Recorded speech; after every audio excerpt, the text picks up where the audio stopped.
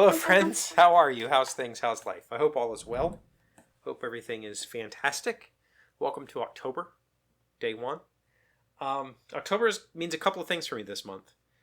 Number one is there's a reading event that a few YouTube book reviewers that I watch are taking part in called Occult Detective October. The idea being to read books that feature detectives of the occult. It's not obvious by the name.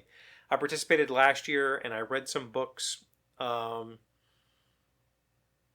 forget the name of the series, but I will definitely put it in the description because I enjoyed it, even though it was a little bit over the top and hokey. Like the first few books were awesome, and then it got over the top and hokey. But I'm going to participate again this year, and I'm going to read just because I haven't read a book in like 3 months. Let me think. Yeah. Violet just turned 3. By the way, Violet just turned 3 months. I haven't read a book. I think the last book that I read was just before she was born. So it's been at least 3 months, maybe 4 months since I last read a book. So I'm going to participate this year in the Occult Detective series, or the Occult Detective reading.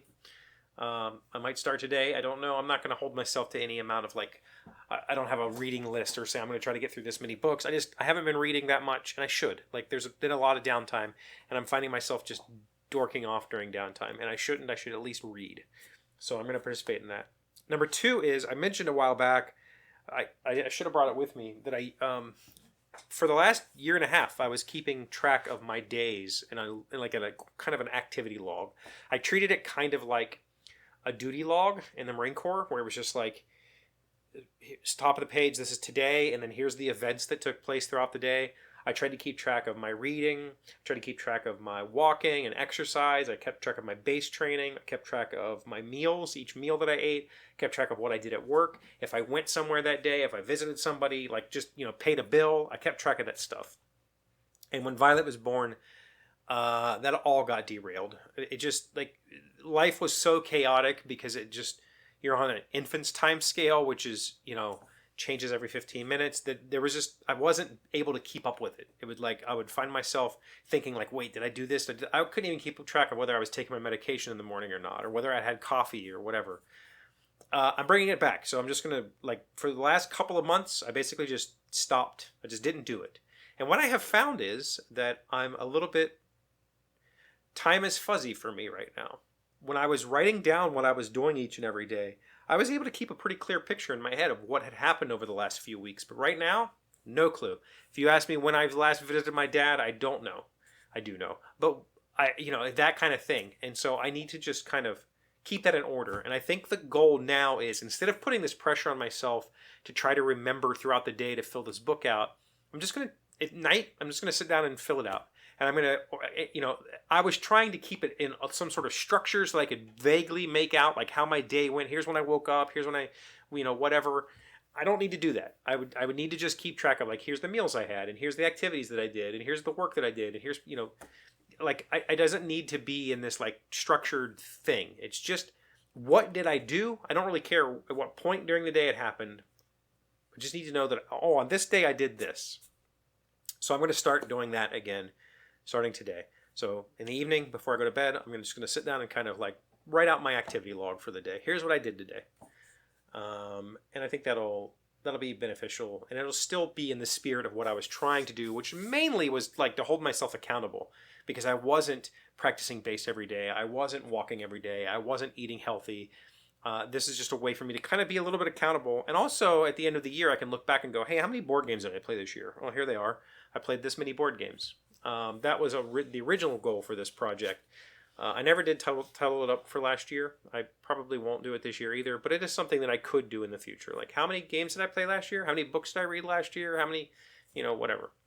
So I'm going to do that. The last thing is back to Violet turning 3 months. Just a small update. She's doing great, actually. She went yesterday to another appointment with lactation to see how feeding is going and that sort of stuff, and she gained 7 ounces over the last week, which is exactly what we want to see, an ounce a day. So she's gaining, rapidly gaining weight. That's the important thing. A half a pound a week or whatever is fantastic, which means she's on track, to get back to The weeks that we lost, she was losing weight and she was throwing up constantly. All that's gone behind her now. She's on this medication. It's working very well for her.